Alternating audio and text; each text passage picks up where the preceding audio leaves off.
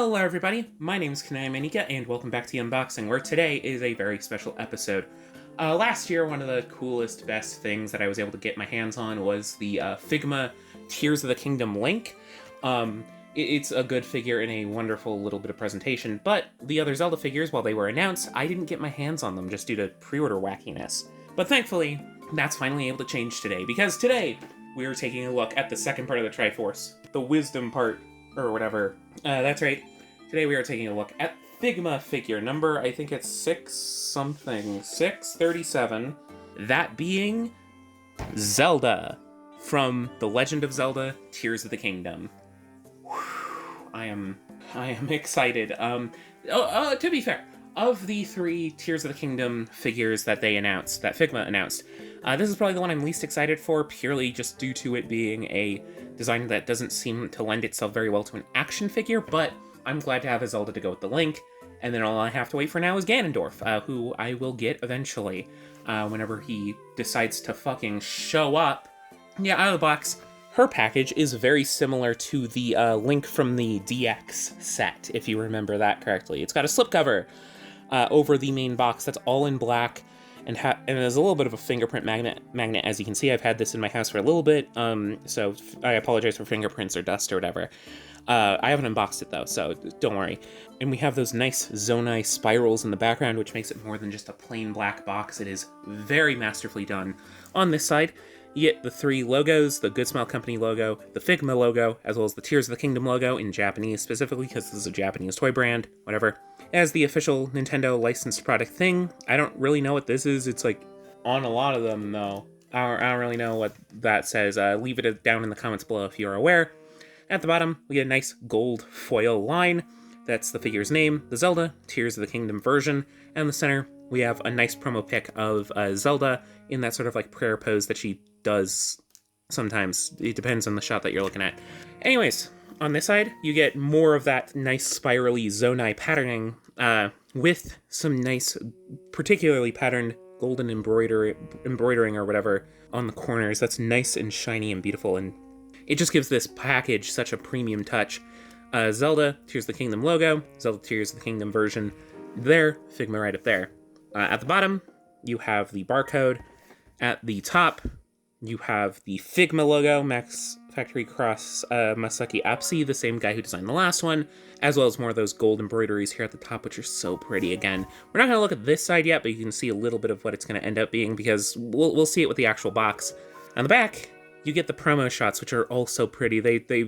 I really like how they made the space, and then obviously there's like a photo of, like, I think the game probably, but it is so pretty. I wish she had those energy effects in real life, but they were just edited in, so I'll live. But we see her with the broken Master Sword, the Pearl Pad, her using her light abilities, a layout of everything that the set comes with, two of her faces, and the wonderful closing shot recreation that's just so pretty, using the Tears of the Kingdom Link, which is just great. And then you have all your legalese and like support stuff here. Warning, this figure is for ages 15 and up, and this video is for ages 15 and up, I guess. So get out of here if you're a child, you fucking dumbass. You're not welcome here. Go to the kid zone. That was bad. Ugh. Yeah. Anyways, but that's the slipcover. Now we have to look at the actual package, which allows us to go back to here, where you see Zelda in a similar praying pose with those Zonai texturings behind her, but on a more tan background. I think like Link's was more of a dark green, so it's a nice little contrast that really does feel appropriate for Zelda. And at the bottom it says Zelda Tears of the Kingdom version, Figma Max Factory Cross Masaki Apsi. And if we slip it out, we get the front of the package in a much more standard Figma style, which allows us a nice look at the figure herself, her accessories, this more standard pose of her with the Decayed Master Sword, with her eyes open. Good Smile Company, that same 15 thing, I don't really know what that is. Again, leave it in the comments. Figma, Tears of the Kingdom, that nice Zonai-esque patterning.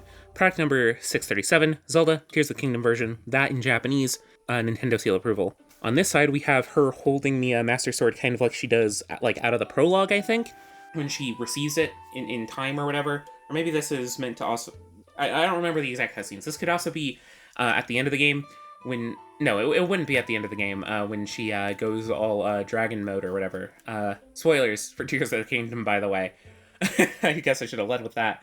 But yeah, we have her holding the decayed Master Sword with her eyes closed in sort of a reverent pose. Zelda, Tears of the Kingdom, Figma, and whatnot. The bottom and the top of the same image.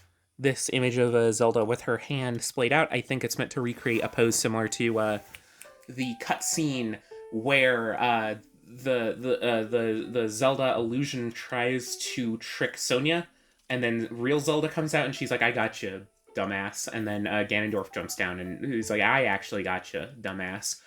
The bottom also has that same image, and it has the Good Smile Company logo, Figma logo, product number 637, Zelda Tears of the Kingdom version, Tears of the Kingdom, barcode on that side, but not on the top. Yeah, and then on the back, it's on a gold, and it's on like a golden background, but it's the same promo images from what I can tell. Is there one more, actually?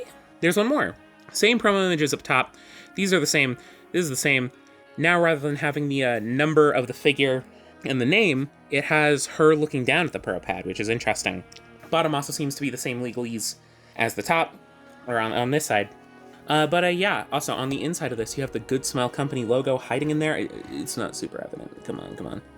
Yeah, you can see the Good Smile Company logo with the Zonai texturing, which is just such a nice touch. This package is so good. Let's there we go. But yeah, that's the package. That's her in the box. Let's get her unboxed, so that we can stand her next to Link, or whatever. I'm not sure I'm gonna do that in this video, but yeah. Cut off the little tape at the top. Carefully pull out the slip. A little bit tough. Here's this on the inside. Pull that up. We got a little bit of cardboard. Also, she's on like let's see what color her background is. It's not super clear from the front. It's that gold color, which is actually kind of nice. And then we can slip her out. That's really shiny, actually. That's a shiny gold in there. Interesting. But yes, here she is in her tray with everything that she comes with.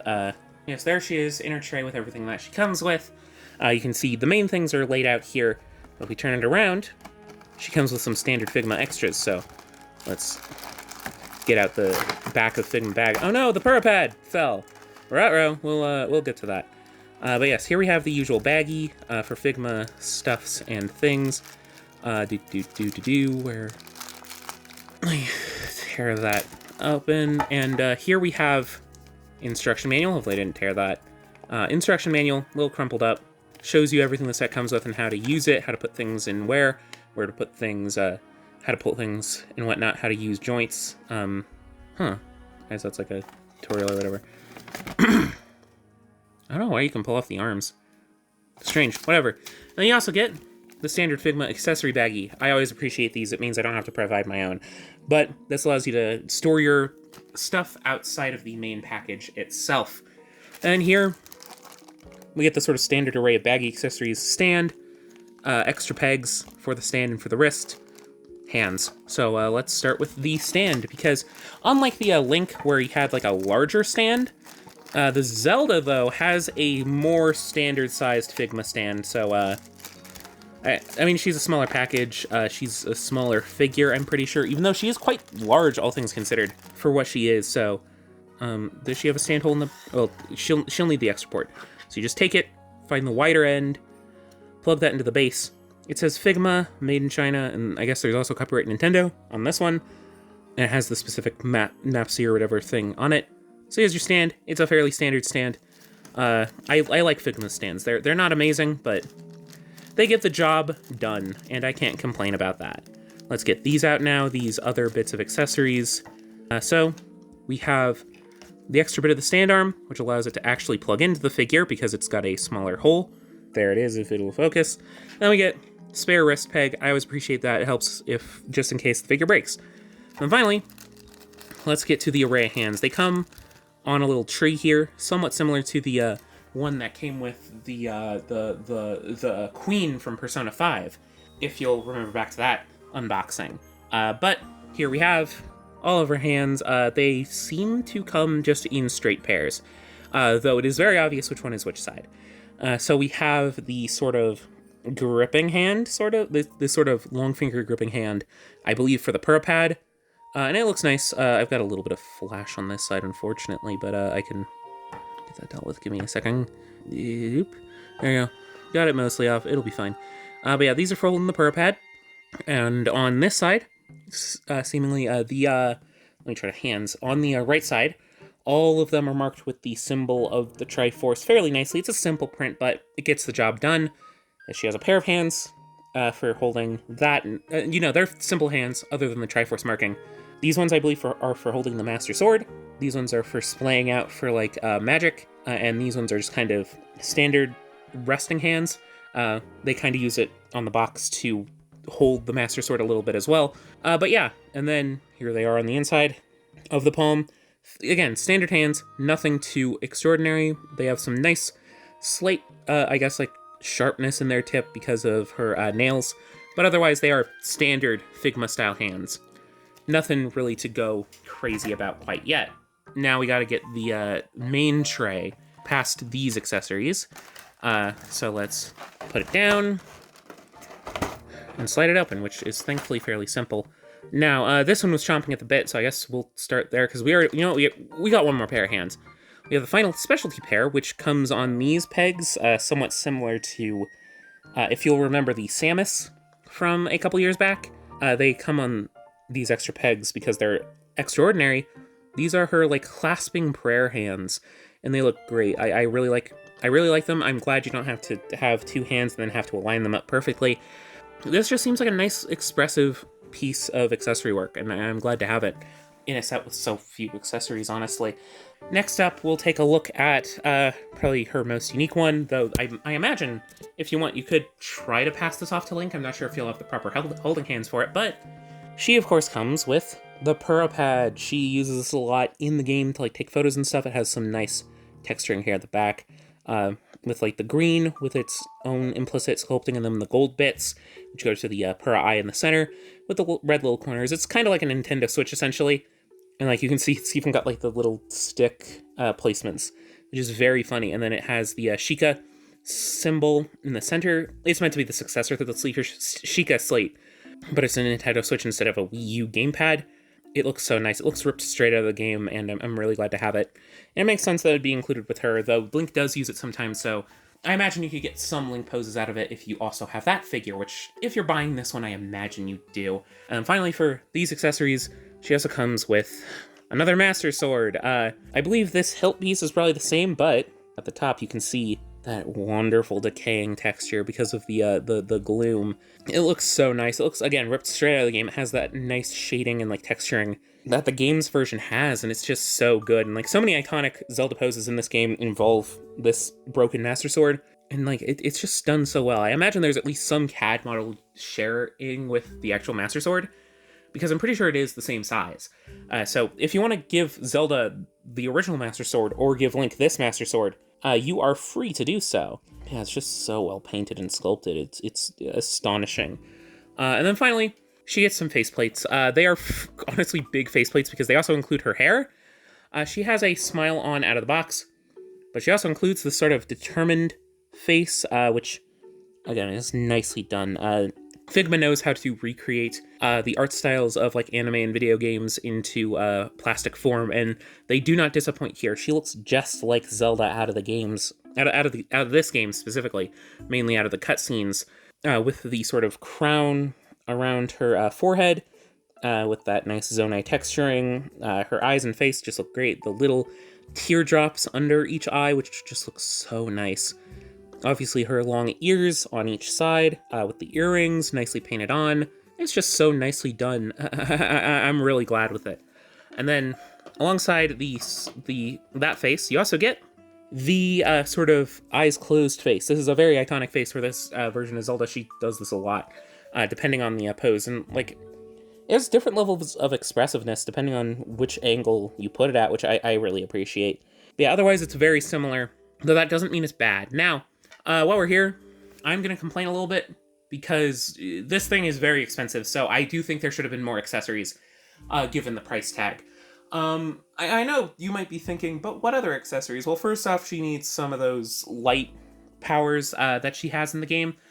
Some effect parts for that would be greatly appreciated, but also mainly, this is how Zelda looks during spoilers for Tears of the Kingdom. I already said that earlier, but really here with her sort of shadow clone from that Ganondorf makes in the game to try to trick Link and everyone, and that has some particular more sinister expressions, as well as, like, I think you should have also included that knife that she throws, and I feel like including those would have been perfectly fine.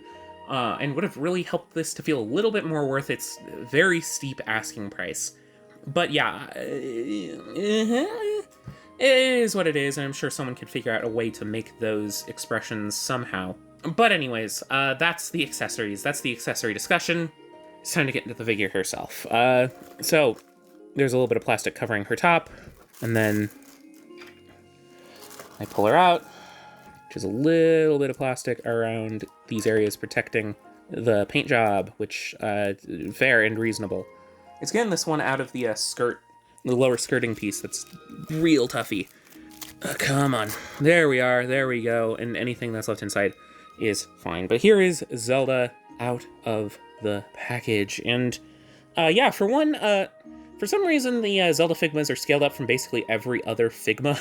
So if anything accounts for price, it's at least a little bit that. These figures are, for some reason, big. So for context, here's a more standard sized figure arts. She is a bit of a younger character, so she's going to be a little bit smaller anyhow. But here is the previously looked at Figma Gloria from Pokemon. But you can see she is way taller. She does stand, like, at about Link's height, I'm pretty sure, maybe a tad shorter. So this is accurate when scaling with Link. It's just interesting to see the way that different toy companies have been playing around with scale on a line-by-line basis recently. It's really interesting. But yes, let's take a proper look at her.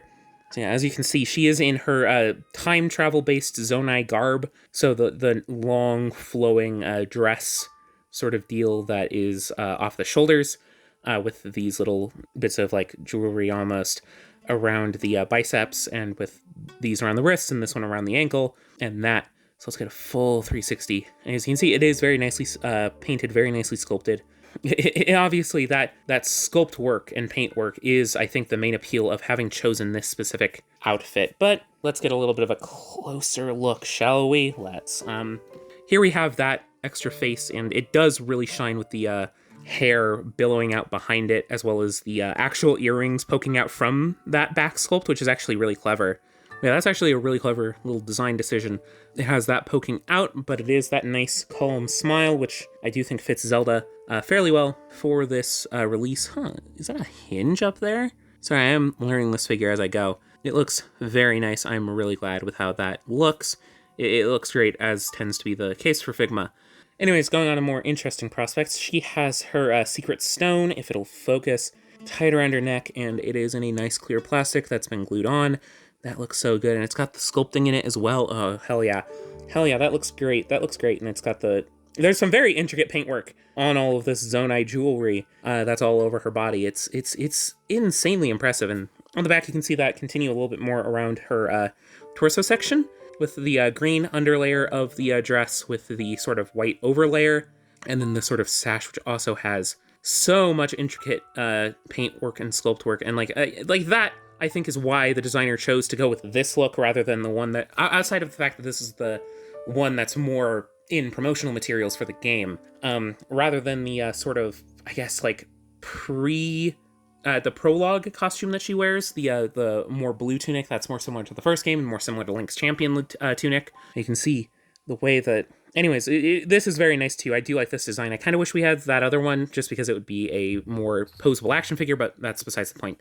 There's some nice intricate Zonai sculpting with the little secret stone comma things or whatever.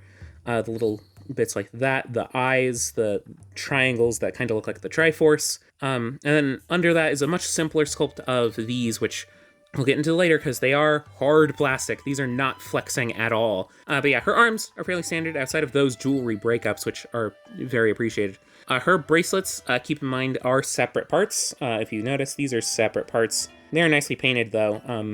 Does she have she does have the Triforce on this hand. She comes out of the box with a pair of fists, for anyone wondering. But yeah, and then the legs, they have full sculpting down there, but they are standard legs outside of this little bangle, which I do think it's an extra part, huh?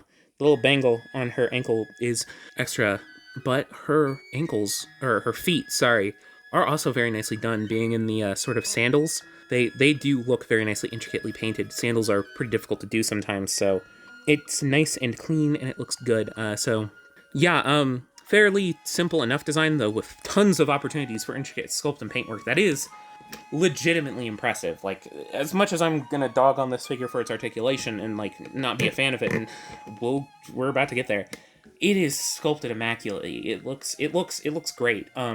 It's near perfect, honestly. But yes, speaking of articulation, that's where issues come. Because she is in this outfit, so it was kind of inevitable that there would be articulation issues. Anyways, head seems to be on a hinge. Oh, there's the same sort of back hair thing that they do with a lot of figures, which helps to hide the sculpt a little bit, and also just helps the hair to get out of the way a little bit. She's able to look up that far, down that far on the sort of...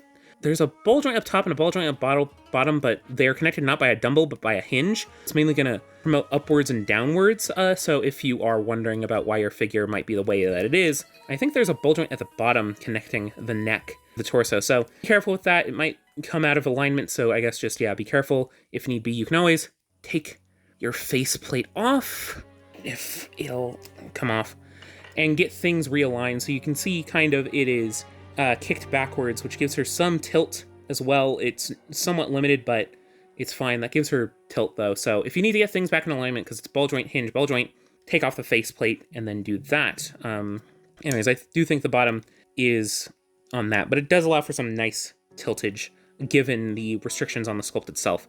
Shoulders, what are these? Let me get a closer look here off screen, if you don't mind. They might be ball joints, which means they're unfortunately limited again. For the sake of the alacrity of the sculpt, which I wouldn't mind visible joints. She's only able to really move her shoulders up that far, which is not a lot. And there's really no proper bicep swivel. There's swivel down here, I think. Yeah, there's swivel right at the elbow, which will work as a bicep swivel, but just keep that in mind. That's where you're going to be getting your swivels. You have your single jointed elbow, which does actually move fairly inward, more than 90 degrees. It's basically everything you need. And then you have your swivel, hinge swivel at the wrist. You have a ball joint here connecting the chest to the upper torso. I think there's another ball joint that's way more limited, connecting the upper torso to the skirt. So she's able to crunch back very far, crunch forward a decent amount, and have very great tilt. This torso joint is honestly the best thing that you have, and it swivels. Legs seem to have the usual range. They're on hip ball joints, which are able to go forward, that far, back, that far, and out, that far. You have a knee bend, single jointed, that goes about that far. And is there a thigh swivel? There's a thigh swivel of some sort in there as well. It's a little bit hard to tell what's in there. But yeah, I think there's a thigh swivel somewhere hiding. But yeah, it's very much limited by this skirting, which is just hard plastic, and it looks like it's just kind of hooked in there. I think they might be on ball joints up there, but I do wish it was that other design just so she could like actually pose a little bit, but whatever. Her ankles, though, seem good. They're able to kick forward that far, back that far, and inward. Kind of disappointingly, unfortunately. But yeah, I could tell from the design that this was not going to be an articulation master, which is very unfortunate given the high price tag. Again, she is able to get the basics down, and like I guess she can do what she needs to do for the most part from the game, though not everything, because she does crouch down sometimes. I do wish of any figure that this had soft goods. Like, make this flap a sculpted piece that goes down, and then make these skirts like soft goods. I know Figma can make soft goods, and this is probably the biggest example of anything that needs soft goods. It's not even a rubbery plastic, it's just hard plastic. So it's really annoying that it just cannot move for anything, but it fills up the gap in the shelf, so it's not the worst Zelda, theoretically, because it does look really good. It's sculpted so nicely, and it's painted so nicely. It just, and the accessories it does have are good. I just wish it had A, more accessories, and B, more articulation. So I can't really recommend it unless you're big in on Zelda and trying to be a Zelda Tears of the Kingdom completionist. But if you are, this'll do you fine. But yeah, I hope you enjoyed this video. I hope it isn't too disappointing that we're going straight to Zelda.